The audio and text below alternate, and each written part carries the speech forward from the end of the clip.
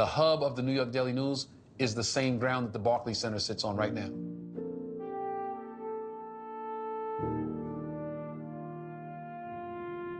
When the New York Daily News moved to New Jersey, they tore that facility down and built the Barclays. That's why it was so important, because this was the ground that Dad worked on. In 1988, my father died, and, you know, a year and a half later, we lost a house. Like, shit happens. So, you know, like, it's like, what? You know what I mean? Like, in 89, it was like, oh, there's a pink sticker on our house. And my brother goes here, like, the family separates, and, you know, we still reeling from that shit. We act like my father died suddenly. No, if you look at the statistics, he died right on time. Until recently, you know, the average black man dies in his 50s. So if you're the oldest, you're always, your whole life is, you're being groomed for your parents' death. Like, your whole life. That's why they're so hard on you, because black men, especially poor black men, die in their 50s. Chris was the older sibling at the house at the time, so a lot of responsibilities had to fall on him. He had to help out with, you know, light, gas, mortgage. So he had to assume responsibilities I don't think that he anticipated, you know? He was the oldest. He was the kid that, you know, my dad poured everything into. And he had to be a man the next day, and it was like a switch. Like, what's your father's job in life? Is to interrupt you when you're getting ready to do something. You know, you can sit in your house all day doing nothing. The second you got something to do, that's when your father, hey, these dishes, you know? What about those other 9 hours I was laying down and shit? He would be at the comedy club, and he would have spots. Or what he might do is, if he didn't have anything else booked for the night, he might go in the car and take a nap or go get something to eat. I think during the time my dad passed, and I think the way he grieved with it was more so he just kept working. We would come in the clubs, and the guys we thought were names that we saw on TV, they're going up, and my brother's going up right behind them. And then famous people walk in, and they go up, and my brother goes up right behind them. And the famous person knows my brother. It's like, this is big. Chris was ready to do, you know, bigger stages. And then Chris went to Saturday Night Live. Here's what happened. Living Color was the biggest thing on television. Saturday Night Live had not had a black cast member for 9 years. So, because Damon Wayans had been fired like 9 years earlier. So, and he was barely on the show. So they kinda, in the public's eye, Saturday Night Live hadn't had a black cast member since Eddie Murphy, really.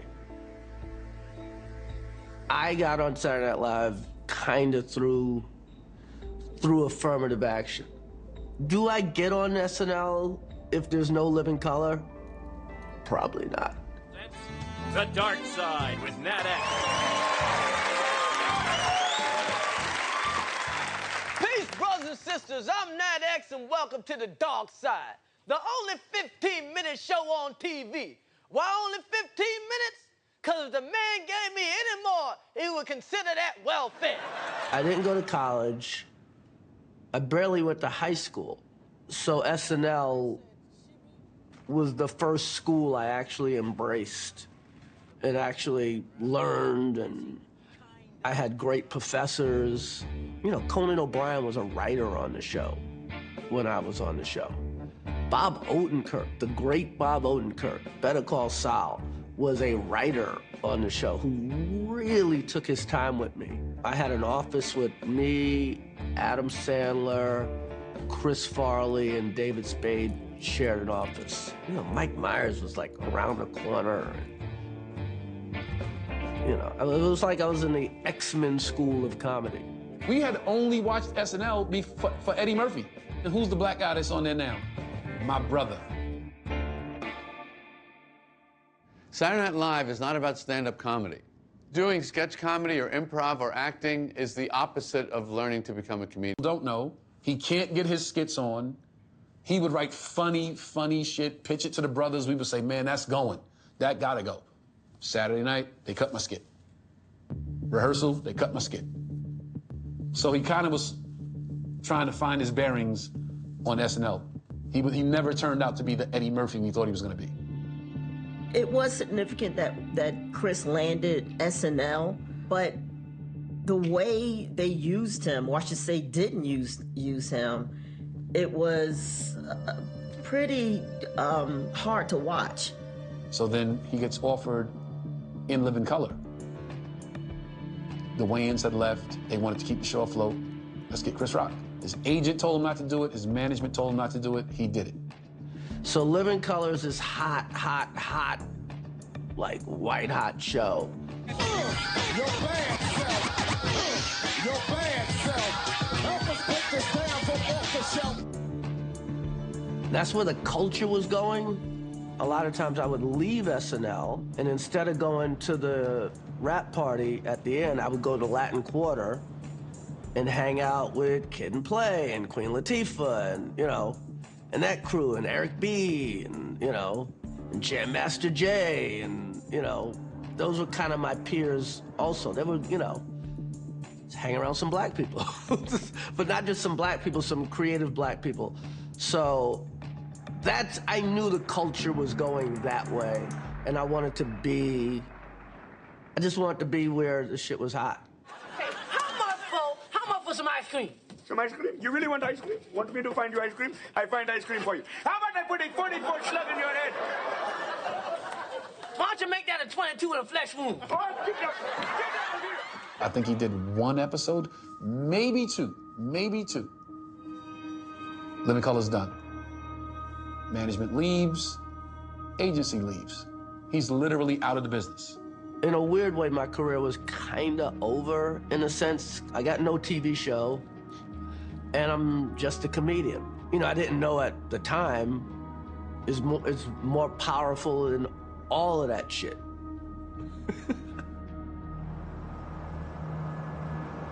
I remember him hanging around the clubs and coming back to it and really going, okay, let me find out what I have that's special. The way he approached his career post Saturday Night Live was like watching a Rocky movie in real life. Now, keep in mind, this time he wasn't the killer, murderer comic that we know him as today. He was just the guy trying to find his way on stage. Our dad's gone, so that's a motivation. You got all these siblings, that's a motivation. Mommy's like, you're the oldest, you're the man in the house. So back to the wall, fuck it. Go to the pen. And that's when big ass jokes comes. Black people, we don't even have salad dressing. We don't have salad. Everybody got salad dressing. No black salad dressing. You know what black salad dressing is? Hot salt.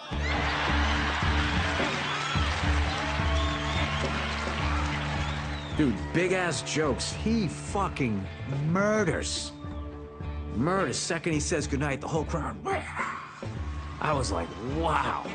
I started really admiring the professional comedians. And I was like, I want to be a professional comedian.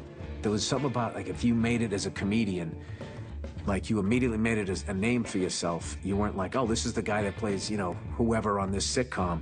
It was like, you're Chris Rock. The most valuable thing you have as a comic is your reputation as a live performer. If you have the reputation of throwing the fuck down, you can have a flop movie, you can have a flop TV show, you can do whatever. Nobody cares. If people, you could go years without a hit, but if people know you throw down, you will sell out every time. That's big. It's real. It's real. Bruce Springsteen ain't have a hit record in 30 years. Sells out every fucking show he does. And them fucking tickets go fast. When that motherfucker dropped Bring the Pain, everyone had to shut the fuck up. See, I was watching HBO had this special on, the jail special, a couple of months ago. Now, normally when you see a special about jail, it's on regular TV, and there's a lot of shit they don't show. Oh, not the HBO jail special. Oh, they showed it all. They was interviewing a brother in there. They said, now, sir, when a new inmate comes in and he wants some drugs, how do you initiate him? The guy goes, well, the first thing I do is make him toss my salad. He was the first guy I ever heard write jokes like a song with hooks and everything.